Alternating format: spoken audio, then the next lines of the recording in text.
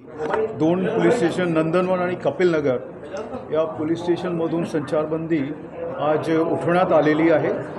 तसेच परिमंडल 3 जे आहे त्याच्यात लक्कडगंज, पाचपौली, शांतीनगर, परिमंडल 4 मध्ये सक्करधरा आणि इमामवाड़ा, परिमंडल 5 मधील यशोधरा नगर याच्यात संचारबंदीमध्ये 2 तासाची सूट देण्यात आलेली आहे।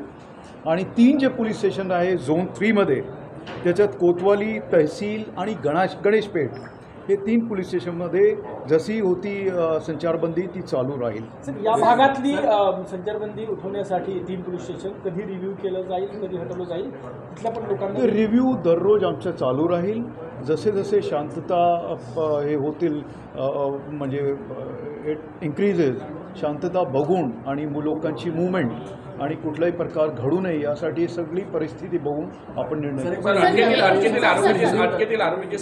त्या प्रकरणामध्ये तो पुढे आला होता, त्याला नंतर जामीन झाला। सय्यद असीम अली ही व्यक्ती कोण आहे, या व्यक्तीला ताब्यात घेण्यात आला आहे का झिंगाबाई टाके परिसरातला, आणि याचा या हिंसेतला संबंध काय होता? जसं मी सांगितलं, हे जे आमचे समोर हे गोष्टी आहेत ते सगळे आपण व्हेरीफाय करतोय आणि त्यानंतर आपण त्याच्यावर कारवाई करू। सर, नागपुरातले 3 मोठे मार्केट बंद आहेत, याच्यामध्ये व्यापाऱ्यांना काय दिलासा राहील ह्या 2 तासामध्ये? जसं मी आपण शांतता आहेत किंवा कसे आपण पाहू, उद्या आपण वाढू पण शकतो आहे, कारण हे एकच वेळेस निर्णय आपण सगळी परिस्थिती बघून घेतो। सगळे आमचे ऑफिसर्सकडून आज सकाळी आम्ही इनपुट्स घेतले, त्या आधारावर आपण हे सगळा निर्णय घेतो। सर, सय्यद असीम अली हा ताब्यात घेतलाय का चौकशीसाठी? सय्यद असीम मी जसं मी सांगितलं ते व्हेरीफाय करतो। आत्ताचे नाव समोर आहे, माझ्याकडे ते आकडा नाही आहे। मी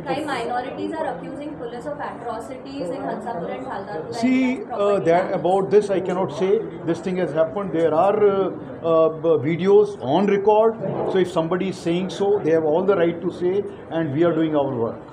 And sir, also MCR was presented in BHP and Bajrangal case when they were produced. Why was PCR not asked? Please check the records. On that basis you ask me this question. Gudi Padwa sir आता आगामी काळामध्ये आहे, गुढीपाडवा आहे, हनुमान जयंती, कोणत्याही अफवांवर विश्वास ठेवू नका। अगदी बरोबर आहे। तर जे सण आहे हे शांत शहर आहे आणि त्या अनुषंगाने आम्ही सगळ्यांना अगोदरही विनंती केली होती, आज परत मी सगळ्यांना सांगतोय की सगळ्यांनी नियमांचं पालन केलं पाहिजे, कोणीही कायदा हातात घेऊ नये, आणि जर कोणी असं केला तर जशी आमची कारवाई चालू आहे कारवाई चालू राहील।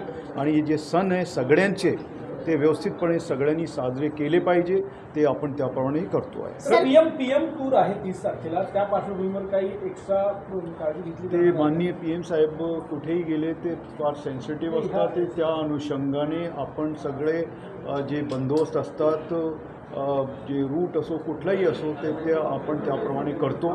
त्याच्याबद्दल सध्या मी काय सर, फहीम खानचं मालेगाव कनेक्शन सांगितलेलं आहे, किरीट सुमेन तुम्हाला पत्र देखील पाठवलेलं आहे, काय सांगा? जसं तुम्ही सांगितलं तर हे जे गोष्टी समोर येत आहे, जे एव्हिडन्स समोर येत आहे त्या आधारावर आमची पुढची इन्व्हेस्टिगेशन चालू आहे। थँक्यू।